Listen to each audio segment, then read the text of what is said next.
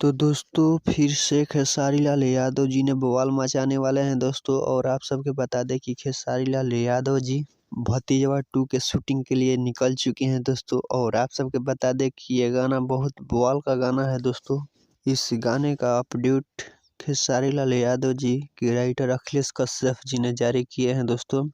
और आप सबके बता दें कि भतीजवा 2 सॉन्ग बहुत बवाल का गाना होने वाला है दोस्तों।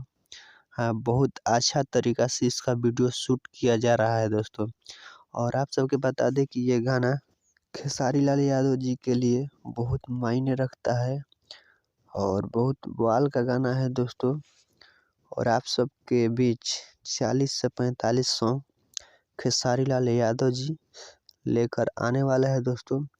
और आप सबके बता दें कि खेसारी लाल यादव जी का एक सॉन्ग आया है जो काफ़ी बवाल का गाना है दोस्तों। तो जाइए झगड़ा 2 सुनिए और बताइए कैसा लग रहा है।